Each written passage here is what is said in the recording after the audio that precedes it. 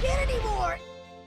I'm 10 years old now, remember? I know you probably think I can't do anything, Master Krillin, but I'm not a little kid anymore. Shut your bitch! We are back with more Dragon Ball Absalon greatness, and before I jump in, make sure to check out yesterday's episode of Dragon Ball Absalon where we see Majub absolutely devastate this Absalon minion. Make sure you go ahead and check it out. I'm gonna leave a link to it in the description below and the top comment. Check out that video. But today we are doing something unprecedented, and that is we are going to be putting two parts together in one solid video, finally finishing off episode 5, because episode 5 was broken up into 3 chunks, 5.1, 5.2, and 5.3. Yesterday we covered 5.1 and it was long enough and extensive enough to kind of warrant its own video, but today we are at 5.2 and 5.3, and 5.2 is very short and 5.3 isn't much longer, so I'm going to put both of them together because I feel like they both are part of one single story. But don't worry, we have plenty of Absalon left to cover. Now 5.2 deals with Rukio, which is the son of Gohan. So Gohan has had a daughter in Pan and has had a son in Rukio, and he's being trained by the great master Krillin. Now Krillin's design is almost 100% from Dragon Ball Multiverse's Krillin, where that Krillin becomes a master to the next generation of Z fighters, except this one has a Monopoly Man mustache. I'm not exactly sure if Absalon took the design from Multiverse, but it is a very common look for Krillin anyway in the fandom when it comes to fan art and stuff, so I could see that it was possibly implemented from both sides at the exact same time.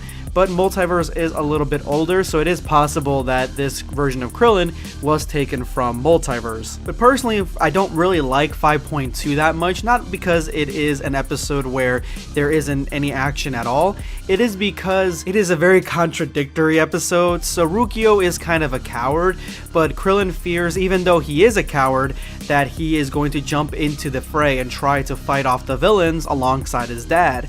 And then Rukio cements the fact that he is a coward by telling us a story about how he's scared of dogs, and then he realizes that there is a huge threat on the planet and his father is fighting it, and decides, you know what, I don't care if you think that I'm weak, I'm not a little kid anymore, and he jumps into the fray trying to fight off these villains who are beating the shit out of their dad, and even transforms into Super Saiyan in the process, having Krillin chase after him, which not really sure if Krillin could catch up with the Super Saiyan, but that's neither here or there. I don't really like this episode because, again, it is very contradictory, so it doesn't really give me a full readout as to who Rukio is, and I'm not exactly sure what his intentions are. Is he a coward? Is he not a coward? It's very confusing. The one thing I do like, though, is that the voice actor for Rukio sounds like the original Gohan to a very high extent, so I definitely like that the VA went in that direction. It definitely feels like young Gohan vibes. I'm definitely getting those very heavy. Now, the beginning of 5.3, we jump right back into the action, and the quality of the fight scenes are back on. It is Gohan versus the general of the armies of planet Absalon, and Gohan isn't really doing that good in the last time we saw him, and we catch up from the moment that the general ended up slamming him into the earth. And when Gohan hits impact, he actually gets knocked out, and then we get this really cool scene of him waking up with this dude on top of him.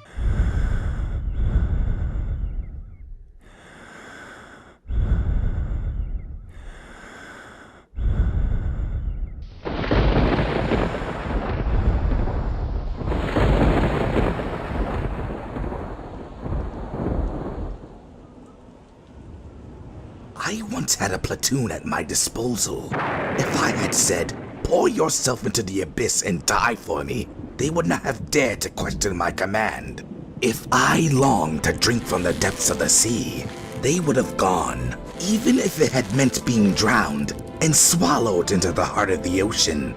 Such is the loyalty of a true Saiyan. So this entire story shows the disdain that the pure-blooded Saiyans have against half-breeds. They don't see them as full Saiyans, and I am kind of curious as to how far this goes, because they obviously don't see the male half-breeds as full Saiyans, but the other general was about to steal the children of the half-breeds and steal the women and bring them back to planet Absalon. So it could be possible that there is a shortage of women on planet Absalon and they need more to continue the population and keep them going. I'm not exactly sure. Maybe they have a way to make them more purebred. I have no idea. But this guy completely hates half-breeds, and he is one that is willing to kill all of them in trying to destroy Gohan. But Gohan actually takes another hit and he's back to fighting shape. So it looks like the guy kind of caught him off guard before, but now he's ready to kind of take it up a notch and face off against the general on his own terms.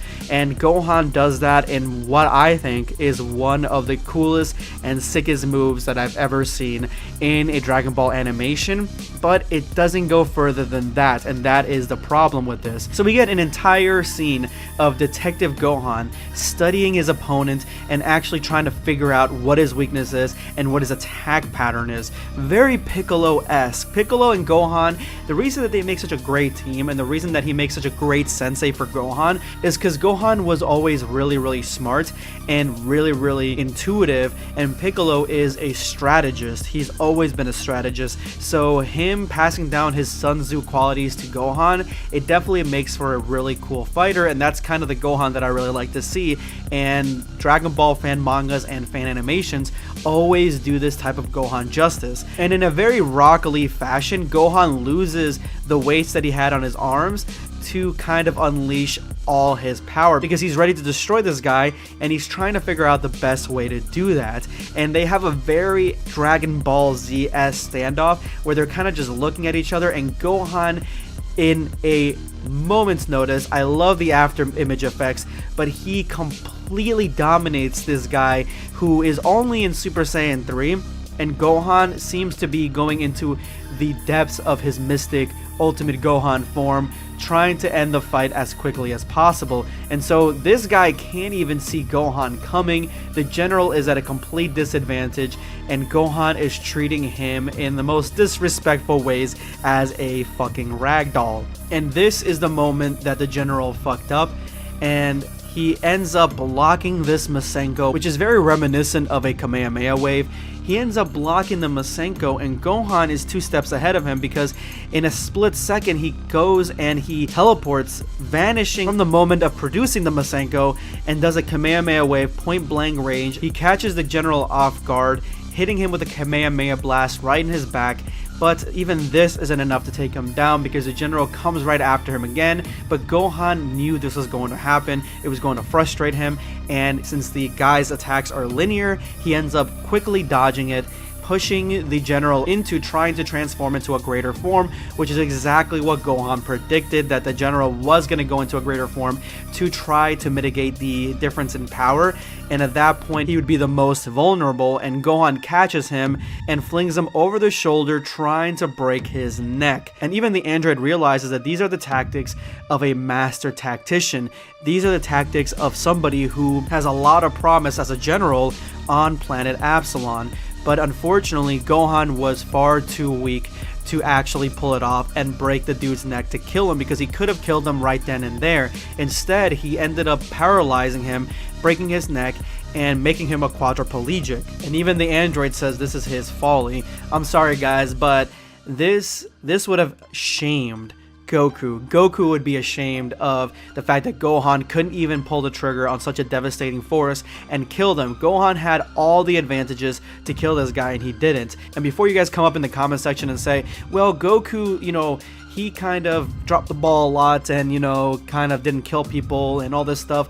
No, that is Dragon Ball Super Goku to the larger extent, and to a lesser extent Dragon Ball Z Goku. Remember, Dragon Ball Absalon takes place after GT, and so Goku from Dragon Ball GT, Gohan's father, was doing shit like this.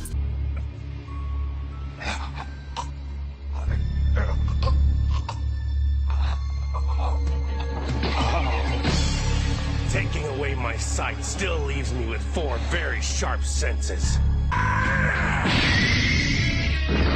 The Super Saiyan 4 transformation really has made Goku a lot more serious and has made him a much more pragmatic and devastating fighter. He doesn't actually give people chances as much as his normal selves would. And so he would be ashamed of the fact that Gohan really kind of gave this guy a shot, because as you guys can see, you guys see right here, This is the second time we've noticed that the Super Saiyan 4 transformation is healing people.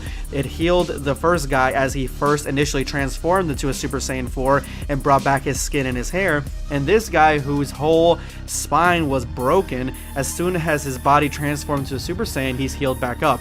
So the Super Saiyan 4 transformation is being used as something that could be healing devastating attacks and devastating wounds. And this is why Gohan is going to lose, because this guy at Super Saiyan 4 is completely destroying and overpowering Mystic Gohan, even having enough time to tell him about a half-breed who had failed him, going deeper into the story he was kind of alluding to earlier. And of course, Gohan and the General have different thoughts on exactly what the value of fear actually is. And the General says, if you think you're right and you find fear as an asset, then I'll show you what true fear actually is, and transforms into a Super Saiyan 5, taking down Gohan in less than 2 seconds.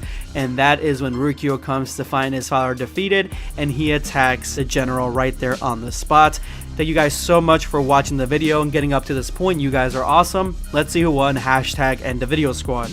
Shane Gervin X Velvet. RIP intro, and then the coffin dance meme plays. Deliverance, Illuminati. Yeah, those are the highlights of that episode. If you guys have not caught that episode, again, I'm gonna leave a link to it in the description below in the top comment. Go ahead and check it out. Thank you so much, Shane. But yeah, it looks like the intro is not coming back anytime soon. It wasn't there today, so that's pretty sad. Thank you so much for your comment. This is going to be Blackscape signing off. Take care, guys. Subscribe for more content. Or perish.